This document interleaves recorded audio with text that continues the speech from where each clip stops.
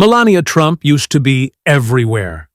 Fashion events, campaign rallies, standing beside him at every significant moment. Then, suddenly, nothing. The Super Bowl came and went. No Melania. Daytona 500, empty seat. Mar-a-Lago galas, where she'd usually appear, were nowhere to be found. Trump kept dominating headlines daily. But his wife? Complete radio silence. People started asking questions. And the answer isn't what you think. I said to my husband that, the language is inappropriate. It's not acceptable. Melania Trump first arrived in the United States from her native Slovenia back in 1996, and now, 2 decades later, she is facing the prospect of becoming First Lady. And now, the President and First Lady of the United States will take their first dance. The disappearance. Everyone noticed the questions started quietly at first, then all at once. Melania Trump was last seen publicly on January 24th, appearing alongside Donald Trump at the White House. At the time, nothing about that appearance felt unusual. But then days passed, then weeks, and suddenly, nearly a whole month had gone by without a single public sighting, photo opportunity, or joint appearance. For a First Lady stepping into a second term, that silence stood out more than any speech ever could. What made the absence impossible to ignore was where she wasn't. Donald Trump attended the Daytona 500 without her, an obvious, media-heavy event where presidents typically bring their spouses. He showed up alone at the Super Bowl, marking the first time a sitting president attended the NFL championship game, again without Melania by his side. Exclusive events at Mar-a-Lago came and went, and she was nowhere to be seen. Trump continued his usual schedule, surrounded by cameras and crowds, while Melania seemed to disappear entirely. This wasn't a single missed appearance. It was a pattern. Nearly 4 weeks passed with no joint photos, no brief remarks, no background presence. For someone in a role defined by visibility, that absence felt deliberate. Social media noticed quickly. Comment sections are filled with speculation. Some asked if she was avoiding Washington. Others questioned the state of the marriage. A few even wondered if something serious had happened behind the scenes. When public figures go quiet, people assume something is wrong. The media reaction followed the same arc. At first, outlets noted her absence as a curiosity. Then it became a headline.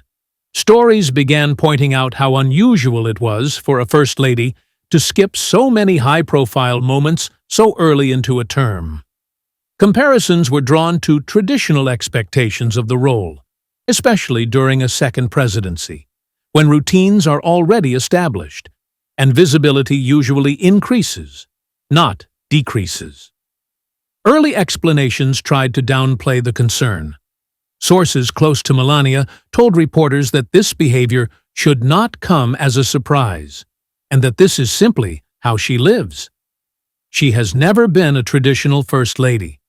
She prefers privacy. She joins her husband when necessary and stays out of the spotlight when she can. That explanation made sense on paper, especially given her past reluctance to embrace public life. But for many observers, it didn't fully add up. Privacy didn't explain missing everything. It didn't explain skipping moments that carried symbolic weight, especially when Donald Trump seemed eager to be seen. She never played by the rules. Here's what people forget. Melania's disappearance wasn't some sudden break from character. This is who she's always been. The difference is that now people are finally paying attention. Go back to her first term as First Lady. While Michelle Obama was hosting events almost daily, while Laura Bush was championing literacy programs across the country, while Hillary Clinton was deeply embedded in policy discussions, Melania was doing the absolute minimum required of her, and she made no apologies for it. She didn't move into the White House immediately after the inauguration. She stayed in New York for months, citing barren schooling. Other first ladies would have been crucified for that choice. Melania didn't care. She wasn't interested in Washington culture, political circles, or the ceremonial expectations that came with the role. Her public appearances were strategic and sparse. She'd show up when necessary, at state dinners, major international trips, and official events that couldn't function without her. But the day-to-day grind of being America's hostess, she wanted no part of it.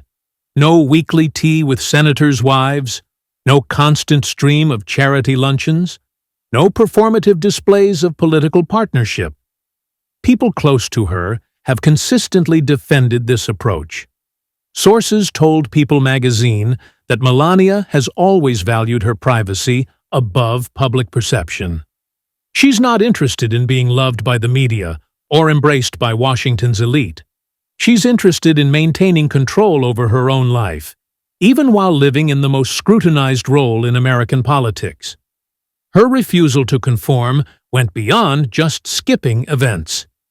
She restructured the entire East Wing staff to be smaller and more protective of her privacy. She limited press access. She declined interviews that previous first ladies would have considered mandatory. She made it clear from day one that she would define the role on her own terms, not inherit someone else's playbook. This wasn't a rebellion. It was boundary setting, and it set a clear precedent that many people chose to ignore or dismiss as a temporary adjustment. They assumed that over time she'd warm up to the role, embrace the traditions, and become more visible. They were wrong. Melania's first term taught us exactly who she is. A woman who will participate in public life only to the extent absolutely required, and no further. She doesn't owe anyone explanations, apologies, or performances. She made that abundantly clear years ago. So when she disappeared from public view entirely during her husband's second term, it shouldn't have surprised anyone. The pattern was already there. The difference now is that people are finally asking why. The real reason she vanished. While conspiracy theories spiraled and speculation reached fever pitch, Melania Trump was doing something nobody predicted: filming a documentary. Not just any documentary. A behind-the-scenes, deeply personal project that required her to step entirely out of public view to maintain creative control and secrecy. This wasn't going to be a puff piece or a sanitized political biography. This was going to be her story, told her way, without interference. The project was being directed by Brett Ratner, the filmmaker behind major Hollywood productions, and backed by Amazon Prime Video. This wasn't some small independent film or campaign promotional material. This was a serious production with serious resources, and it demanded total commitment. Filming took place across multiple locations: the White House, New York, and Florida. Each location required coordination, privacy, and careful timing to avoid leaks. Melania wasn't just showing up for interviews and walking away. She was actively involved in the day-to-day filming process, shaping the narrative, deciding what would and wouldn't be included. In her first public comments about the project during an appearance on Fox and Friends, Melania described the experience as consuming. She talked about how the cameras followed her daily routines, captured private moments, and documented aspects of her life that had never been seen publicly. The filming wasn't a few scheduled shoot days spread across months. It was an ongoing, immersive process that required her full attention and cooperation. This explains the absences that drove everyone crazy. You can't film an intimate, authentic documentary while simultaneously maintaining a full public schedule. You can't capture genuine behind-the-scenes moments if you're constantly performing for different cameras at public events. The project required her to withdraw, to create space for something real rather than something staged. What makes this documentary different from past First Lady projects is the level of control Melania maintained. Previous documentaries about First Ladies were often produced by news organizations, historians, or political entities with their own agendas. This project was hers. She wasn't just the subject, she was a creative partner with approval over content, tone, and release. The secrecy during production wasn't paranoia. It was a strategy. If news of the documentary had leaked early, every public appearance would have been analyzed through that lens. Reporters would have hounded her for details. Speculation about content would have overshadowed the actual substance. By keeping it quiet, she controlled the narrative from start to finish. Amazon Prime's involvement also signals the scope of this project. They don't invest in small, forgettable documentaries. They're positioning this as a major release, something that will generate significant viewership and cultural conversation. That level of investment requires a product that delivers more than a standard political biography. It involves access, honesty, and moments that feel genuinely revealing. So while the world wondered where Melania Trump had gone, she was creating something that will likely dominate conversations for months once it's released. She traded temporary public visibility for lasting narrative control. She disappeared from the daily news cycle to ensure she'd own the longer, deeper story. And knowing Melania, that trade-off was worth every skipped event, every unanswered question, every moment of speculation. She was never interested in being constantly visible. She was interested in being strategically unforgettable. The documentary will prove whether that gamble paid off. The price of Melania's story. Amazon Prime Video paid $40 million for a documentary about Melania Trump. Let that number sink in for a moment.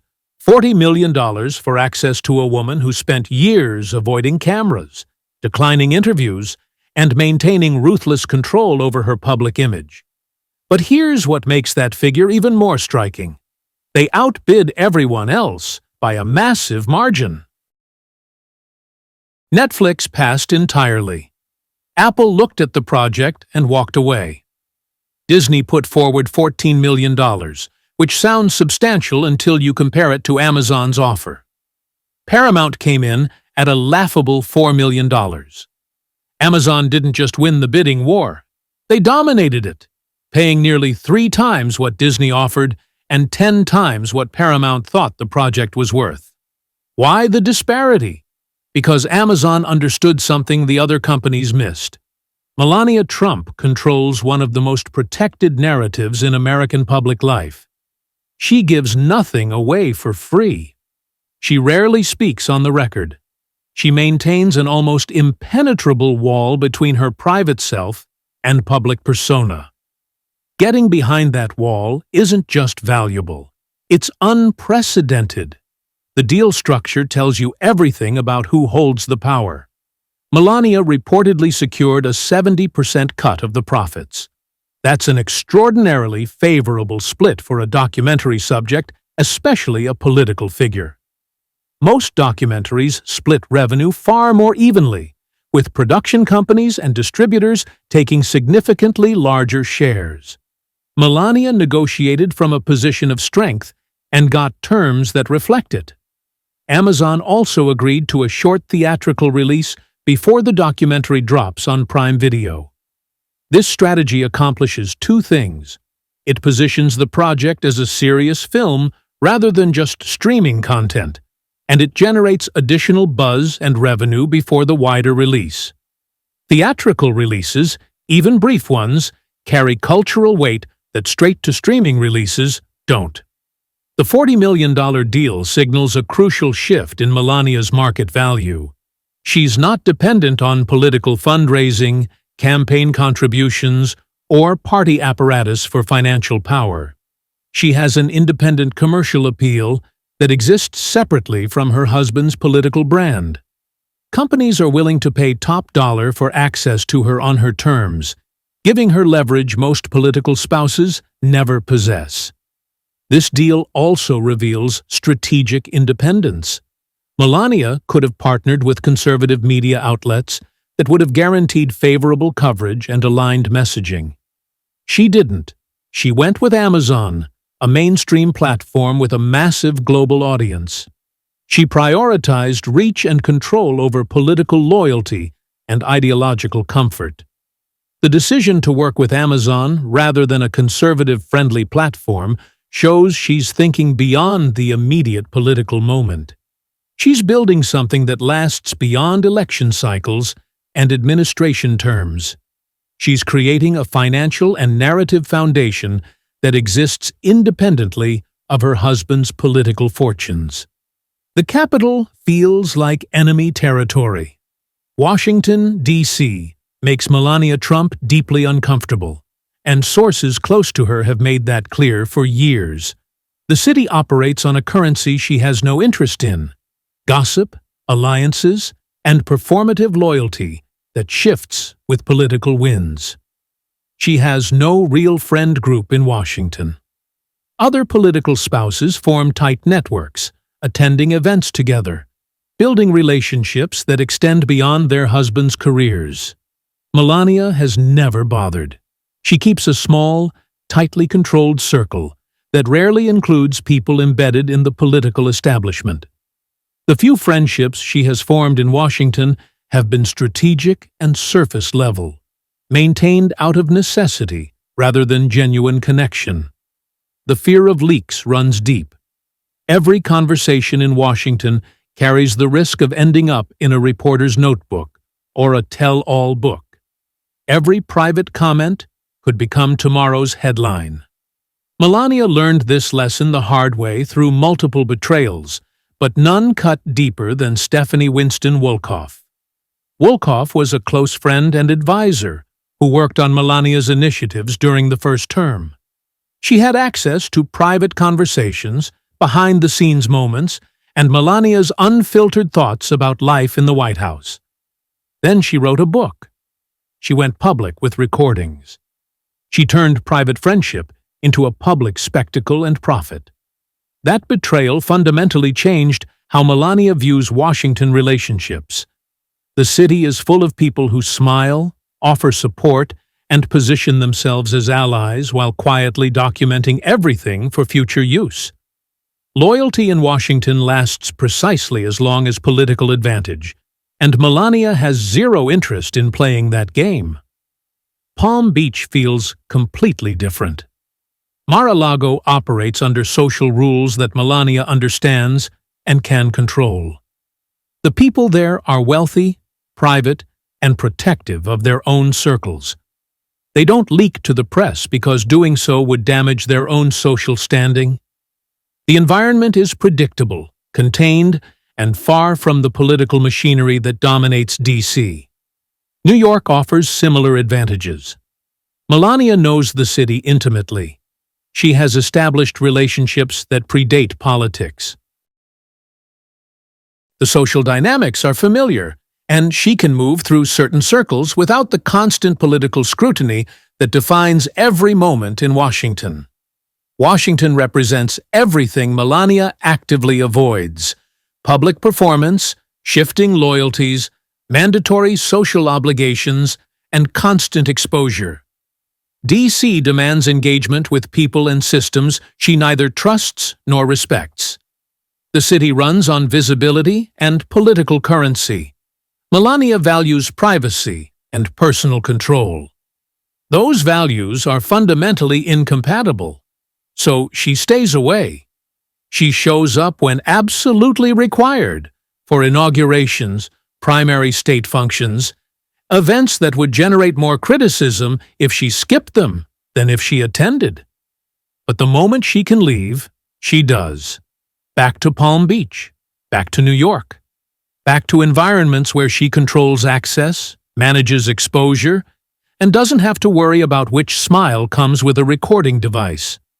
Washington will never feel like home to Melania Trump because home requires trust, and trust requires predictability. D.C. offers neither. The marriage question. Melania Trump's absence has inevitably reopened questions about her marriage, not because of any formal separation, but because of the visible distance that now defines it. Donald Trump moves between Florida and Washington, surrounded by cameras. At the same time, Melania's presence remains tied mainly to private spaces, reinforcing the sense of parallel lives rather than a shared public one. This isn't new. For years, speculation about strain has followed the couple, especially from sources who described public political life as a worst-case scenario for her. What complicates the narrative is that the distance appears more emotional than logistical. Melania has continuously operated independently, choosing when and where to appear, and that autonomy often reads as detachment to outside observers.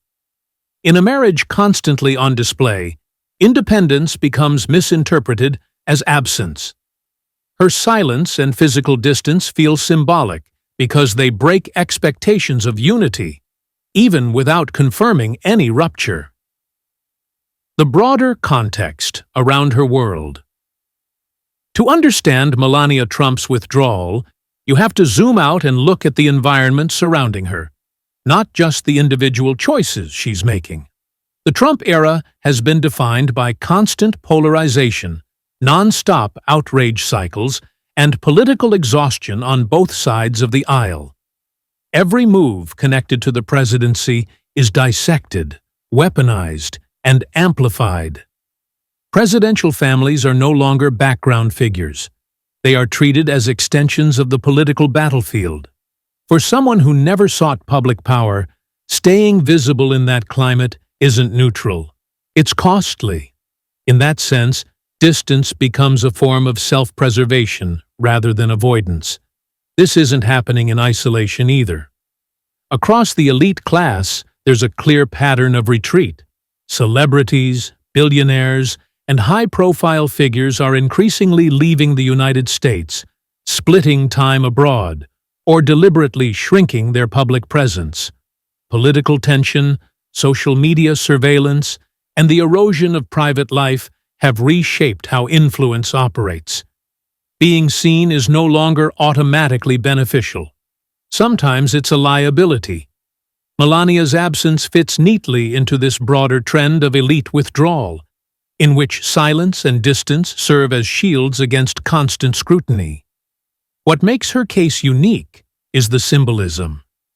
In a political era defined by volume, confrontation, and spectacle, Melania represents the opposite. Her absence speaks louder than a speech ever could. It creates space for interpretation, projection, and unease. While Donald Trump dominates headlines through visibility and provocation, Melania's silence introduces ambiguity. And ambiguity is powerful. It denies the public clarity, denies the media easy narratives, and denies critics a fixed target. In that way, her absence isn't passive, it's communicative. It signals control, boundaries, and refusal to perform. In a world that demands constant access, stepping back can be an assertion of autonomy. Melania Trump, by saying nothing and appearing nowhere, may be exercising a quieter form of power, one that thrives not on presence, but on deliberate absence. Melania's disappearance doesn't look accidental, and it certainly doesn't look tragic. It looks deliberate. A choice rooted in control, boundaries, and distance from a world that demands constant visibility. Whether this is a quiet retreat or the beginning of something else entirely remains unclear. That question is still open, and how you interpret it may say more about you than it does about her. Hit like, subscribe, and drop your take in the comments. Do you see this as retreat, reinvention, or something else entirely? Your perspective matters, and the conversation doesn't end here.